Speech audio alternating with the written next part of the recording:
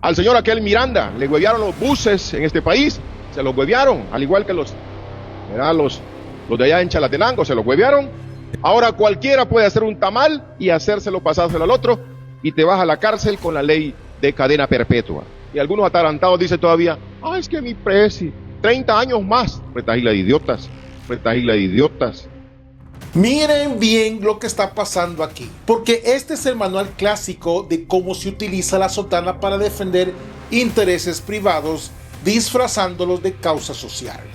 Bienvenido a tu canal Política y Fe, vista de otra manera, con Mau Caballero. Suscríbete, comparte y da clic a la campanita para notificaciones de nuevo contenido. El Salvador, periodo 2024 a 2026. Vamos a verificar la vivienda. ¿Cuántas personas se encuentran? Régimen de excepción vigente desde el 27 de marzo de 2022. Desde que pusieron el rey, se puede percibir paz y tranquilidad en la cara de las personas. El resultado factual es una anomalía estadística en la historia moderna.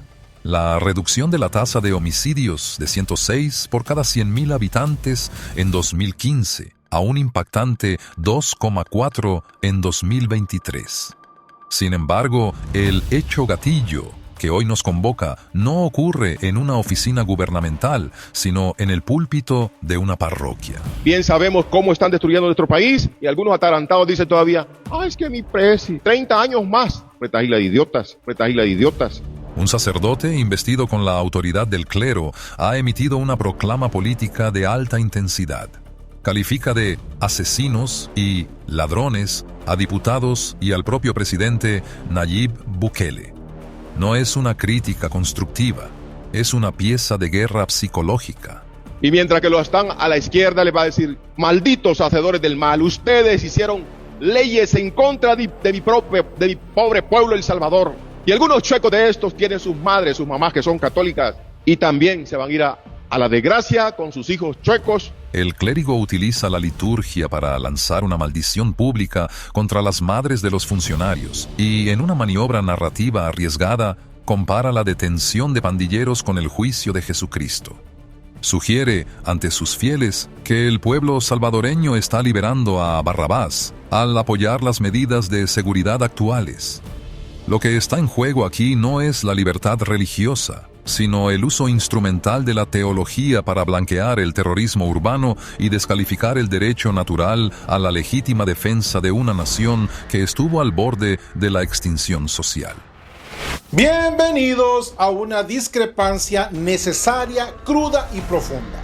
Lo que acaban de escuchar en esas grabaciones o en ese sermón no es la voz de un pastor que cuida a sus ovejas. Es el rugido de un activista político con sotana que ha decidido de manera deliberada confundir el altar con la trinchera ideológica. Estamos ante una perversión absoluta de la doctrina y un insulto directo a la inteligencia de un pueblo que puso los muertos, mientras la jerarquía que hoy grita guardaba un silencio cómplice con los pactos de sangre del pasado. Hoy vamos a desmontar esa narrativa, no desde el insulto, sino desde la razón, la ley y la verdadera teología de la realidad. Porque cuando un sacerdote, cura o supuesto presbítero utiliza el nombre de Cristo para maldecir a las madres de quienes están deteniendo a los violadores y asesinos de niños,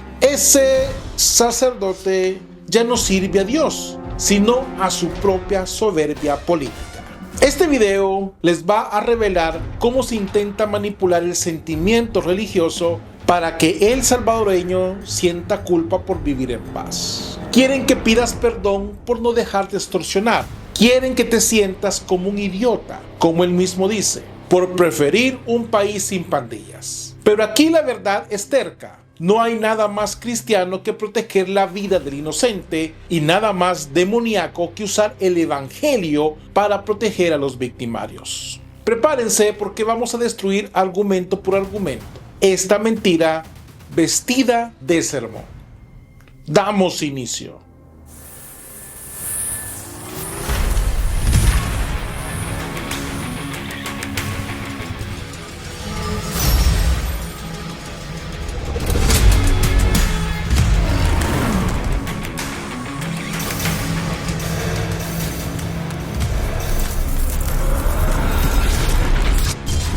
Política y fe, vista de otra manera. Damos inicio. En las cárceles están llenas, repletas. Y luego dice, es que hay un margen de equivocación. No, señor. Bien sabemos cómo están destruyendo nuestro país. Y algunos atarantados dicen todavía, es que mi presi, 30 años más. Retahila de idiotas. Les metieron a través de TikTok diciéndoles cualquier cosa. Les pasaron dinero, $300 o cualquier otra cosa. Y les ofrecían cualquier estupidez diciendo de que el país de El Salvador está totalmente, ¿verdad?, en pleno desarrollo, mientras que los hospitales no tienen ni medicamentos, mientras que las cárceles están apestadas de enfermedades, y aún así este país y algunos chuecos que creemos en Cristo no queremos conocer ni queremos saber de que Cristo sigue muriendo de esta manera, de la manera peor, inocentes. Ahora cualquiera puede hacer un tamal y hacérselo, pasárselo al otro, y te vas a la cárcel con la ley de cadena perpetua. ¿Quién te defiende? Y somos cristianos, y hay, además de ser muchos cristianos, porque lo hemos demostrado en estas procesiones, somos muchos cristianos, católicos, y no digamos protestantes, que Cristo tendría que ser el centro, pero ahí está la peor desgracia que nos puede pasar en este país. Ahí está la dictadura, ahí están los falsos, ahí está la muerte en este país, El Salvador, y no queremos entender. Deja de ser la iglesia del Señor, decía San Roberto. Y mientras que lo están a la izquierda, les va a decir, malditos hacedores del mal, ustedes hicieron leyes en contra de mi pobre pueblo El Salvador. La ley de la minería, la ley de excepción, la ley de la expropiación, la ley cadena perpetua, ustedes la hicieron, malditos, apártense de mí, hacedores del mal. Tarde o temprano ya verán. Y algunos chuecos de estos tienen sus madres, sus mamás que son católicas, y también se van a ir a la desgracia con sus hijos chuecos, asesinos, ladrones que están en el poder actualmente. Analicemos el marco de operaciones. El Plan Control Territorial y el régimen de excepción han impulsado un reordenamiento urbano masivo. Esto incluye el desmantelamiento de estructuras informales conocidas como champas en espacios públicos y predios aledaños a parroquias. El fundamento legal es claro, la ley de carreteras y caminos vecinales. Sin embargo, el conflicto específico surge por la obstrucción de un acceso parroquial debido a obras de infraestructura y la supuesta falta de respuesta del Consejo Municipal. Aquí en nuestra zona, por ejemplo, antes había unas champitas ahí, y esa gente de ahí vivía y mantenía a su familia. Y vinieron estos irracionales y quitaron, cada una la fueron quitando, a la hueveta. Y les dijeron, si no los quitan ahora, mañana se las destruimos y les vamos a huevear también lo que tienen. El día siguiente estaban quitando sus pedazos de lata y toda la cuestión, para venir a hacer una estupidez ahí con unos ladrillos chuecos que han puesto. Aquí el dato crítico. El régimen de excepción suspende temporalmente ciertos derechos constitucionales según los artículos 12, 13 y 24 para priorizar la seguridad nacional. Al señor aquel Miranda le huevearon los buses en este país, se los huevearon, al igual que los de allá en Chalatenango se los huevearon. El clérigo cita casos como el de Catalino Miranda para cuestionar el debido proceso, pero ignora la macrocifra. Más de 75,000 detenciones que han desarticulado el control territorial de las maras. Las críticas del clérigo se centran, curiosamente, en la expropiación de espacios físicos de la iglesia y en la supuesta falta de medicamentos en el SECOT, denunciando cuotas de $90 por paquetes alimenticios. Mientras que los hospitales no tienen ni medicamentos, mientras que las cárceles están apestadas de enfermedades, nunca se había dicho, ni nunca ningún gobierno se había hecho y se había dicho o se hiciera de que a los presos había que llevarles una bolsa mensualmente.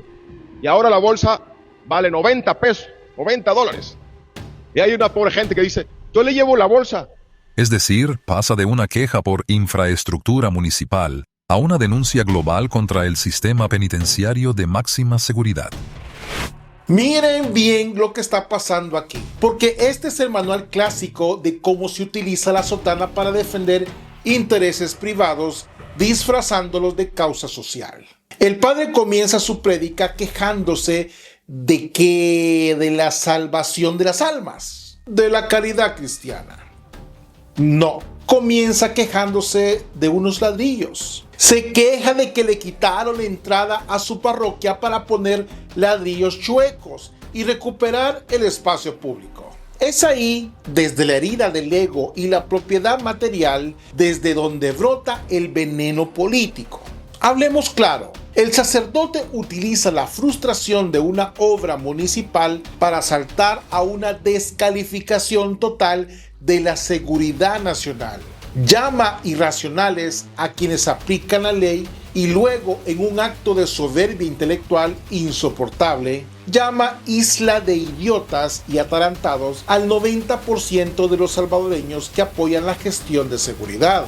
¿Desde cuándo el Evangelio autoriza a un pastor a insultar la inteligencia de sus ovejas porque han decidido vivir en paz y no en el terror? Vendernos una visión distorsionada de la realidad dice que la gente no se puede defender por la ley de excepción. Lo que no dice es que antes de esto, la defensa del pueblo era pagar la renta o morir. El derecho que se ejercía en las calles era el derecho del pandillero a violar a la hija del vecino. Ese era el orden que este sacerdote parece extrañar bajo el manto de una falsa piedad. Y lo más grave, lo que debería hacernos temblar de indignación, es su analogía de Barrabás. Sí, escuchen bien la manipulación. Él compara a los pandilleros del Secot con Jesucristo. Sugiere que el pueblo salvadoreño, al apoyar la detención de asesinos seriales y descuartizadores, está gritando «¡Crucifíquenlo!» contra inocentes. Por favor, Padre, con todo el respeto que su investidura, que yo la pongo en duda, se merece, Jesucristo era un cordero inocente. Los inquilinos del Secot son lobos que devoraron a su propio pueblo durante 3 décadas. Compararlos es una blasfemia disfrazada de homilía. Este es el planteamiento del caos. Un sector de la iglesia que prefiere el desorden, donde ellos eran mediadores de paz con criminales, a un orden donde el Estado ejerce la fuerza para proteger al humilde. Hagamos un contrapunto documental necesario. Durante el periodo 2012 a 2015, bajo los gobiernos del FMLN, el Estado salvadoreño negoció con las cúpulas de la MS-13 y Barrio 18. Se registró el traslado de cabecilleras a cárceles de menor seguridad y beneficios carcelarios, a cambio de una reducción de homicidios visibles. Durante este proceso, la Iglesia Católica participó activamente como mediadora. El resultado estadístico de esa política fue catastrófico. En 2015, tras la ruptura de la tregua, El Salvador alcanzó una tasa de 103 homicidios por cada 100.000 habitantes, convirtiéndose en el país más violento del mundo. Si vamos a la doctrina social de la Iglesia, el Catecismo en su párrafo 2265 establece que la legítima defensa es un deber grave para quien es responsable del bien común. El párrafo 2266 añade que la pena tiene como fin reparar el desorden introducido por la culpa. Sí, no es como antes, que antes brillaba el miedo, el temor, pero ya no, está bien tranquilo, ni ladrones no ven aquí. Los datos de encuestas como Sid Gallup confirman que el 80% de la población entiende esto perfectamente, validando el régimen de excepción como la única herramienta que detuvo la hemorragia social. Es hora de derribar el castillo de naipes de esta narrativa hipócrita. El padre usa el nombre de San Óscar Arnulfo Romero para validar su ataque, pero olvida o decide omitir que Monseñor Romero pedía justicia para el humilde, no impunidad para el verdugo. Hablemos de teología real, no de esa caricatura resentida que escuchamos en el púlpito. Señor, Padre, si es que es sacerdote, usted dice que el pueblo es una isla de idiotas por preferir a Barrabás. Vamos a ver quién es Barrabás en esta historia. Barrabás era un sedicioso, un hombre que vivía de la violencia. Durante 30 años en El Salvador, los Barrabás, con tatuaje en el rostro, eran los dueños de la vida y la muerte. Y los gobiernos anteriores, esos a los que usted no maldecía con tanta hazaña, se sentaban a negociar con ellos en la oscuridad. Les llevaban prostitutas, les hacían fiestas, les entregaban el territorio mientras el pueblo honrado enterraba a sus hijos en bolsas de plástico. Ese era el reino de Barrabás que ustedes con su silencio o su mediación complaciente permitieron. Usted acusa a los diputados y al presidente de ser asesinos. ¿Bajo qué lógica moral? El Estado tiene la obligación moral de proteger el bien común. Detener a un terrorista que ha violado y extorsionado no es asesinar, es ejercer la justicia. Confundir la legítima defensa de una nación con el asesinato es una aberración intelectual que solo busca generar una culpa colectiva inexistente en el pueblo. ¿Y qué hay de la maldición? Esto realmente es lo más bajo que puede caer un hombre que dice representar a Cristo. Usted maldijo a las madres, maldijo a las familias de los funcionarios. ¿En qué parte del Evangelio leyó usted que Cristo maldecía a las madres de sus perseguidores? En la propia cruz, Cristo dijo: Padre, perdónalos porque no saben lo que hacen. Su discurso no es cristiano, señor cura, si es que lo es. Es un discurso de odio político revestido de incienso. Usted está usando el miedo metafísico para intentar frenar un proceso que le ha quitado a ciertos sectores de la iglesia el rol de gestores de paz, en un conflicto que le resultaba muy útil para mantener relevancia política. Usted habla de las víctimas del régimen de excepción, pero ¿dónde estuvo su voz cuando las víctimas eran las niñas de 12 años abusadas por las pandillas como rito de iniciación? ¿Dónde estaba su grito de asesinos cuando las maras quemaban microbuses con gente viva dentro? Ahí no hubo maldiciones para los victimarios. Esa doble moral es la que ha hartado al salvadoreño. El pueblo no es idiota, señor cura. El pueblo tiene memoria. La implicación objetiva es innegable. El Salvador ha pasado de ser el país más peligroso del hemisferio a registrar la tasa de homicidios más baja de América Latina en menos de un lustro. Contabilizamos más de 600 días sin homicidios bajo la actual administración. A pesar de la personalidad jurídica que el artículo 26 constitucional otorga a la Iglesia, el Estado es laico y todos son iguales ante la ley. No existe registro de persecución religiosa sistemática ni cierre de templos por motivos de fe. El conflicto es político y administrativo. Hasta hoy, casi 49 años después de que mataron a San Romero, algunos chuecos salvadoreños no quieren ni oír nada de Monsignor Romero. Y mucho menos quieren decir ni quieren saber quién lo mató. Y lo siguen matando. Y van a seguir matando también si nosotros no avivamos. El clérigo invoca el martirio de San Romero para equiparar la defensa de los pandilleros con la defensa de los pobres. Si se comportan como animales, se les va a perseguir como animales y se les va a encerrar como animales. A pesar de que los registros históricos confirman que las pandillas fueron el principal agresor de las clases humildes, de los zapateros, de las vendedoras de mercado y de los obreros que el sacerdote dice defender.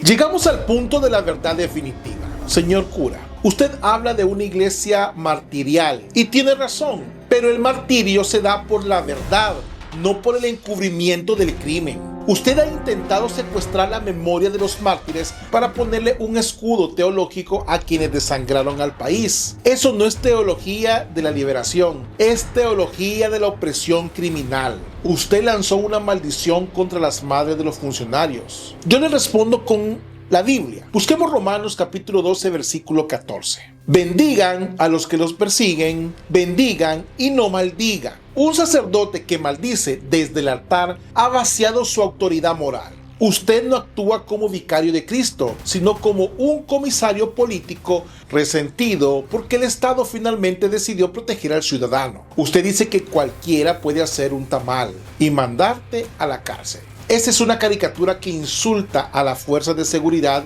que arriesgan su vida para que usted pueda dar su misa en paz y sin pagar renta. Usted, señor cura, dice que Cristo sigue muriendo en las cárceles. No, padre.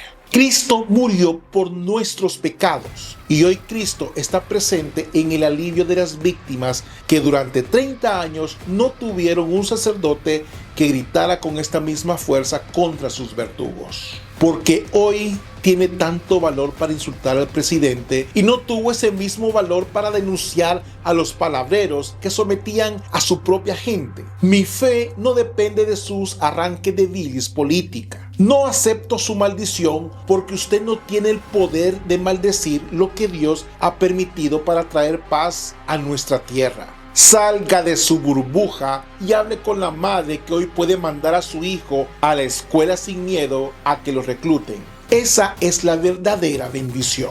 La Iglesia de Cristo siempre estará al lado de la vida y defender la vida del salvadoreño honrado es el acto más profundamente cristiano que este país ha visto en un siglo. La verdad prevalece sobre la maldición y la paz de un pueblo es la mayor evidencia del favor de Dios.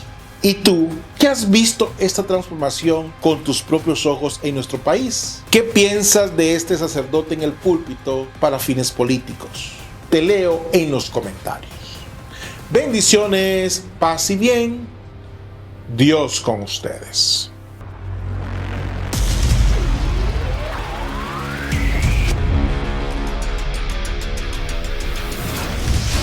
Política y fe, vista de otra manera.